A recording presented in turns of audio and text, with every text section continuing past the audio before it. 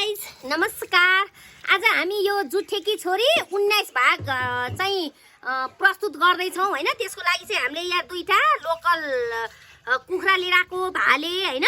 Last काट्दा चाहिँ भाले हैन पोथी परेछ के। पोथी पनि उयो अन्डा भएर पो थाहा पाएको हेर्नुस् त।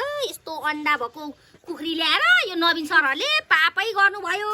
हेर्नु त गाइज यो के हो, यो सबै अन्डा होला है। अब तर